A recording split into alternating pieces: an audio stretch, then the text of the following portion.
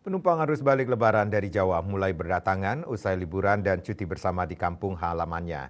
Dari pantauan tim liputan, sudah mulai terlihat bus antar kota yang sebelumnya transit di Terminal Tipe A Mengui memasuki Terminal Ubung dengan membawa penumpang dari beberapa kota di Jawa menuju Denpasar.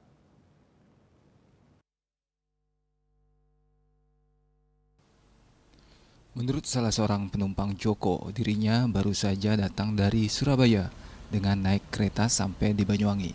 Ia lalu melanjutkan perjalanan dari Banyuwangi menuju Gilimanuk, kembali ke Bali naik bus karena harus bekerja kembali di kawasan Kuta Badung. Setelah beberapa hari menikmati cuti bersama libur merayakan Idul Fitri 1446 Hijriah di kampung halaman. Dari pantauan tim liputan tampak bus medium ataupun bus antar kota membawa penumpang dengan tujuan Denpasar yang selanjutnya dijemput pihak keluarga ataupun melanjutkan perjalanan menggunakan ojek ataupun transportasi online.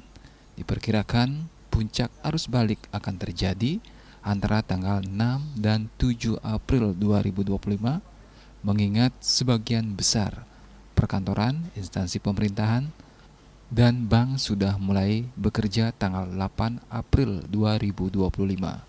Agus Sudiatmika, Bali TV.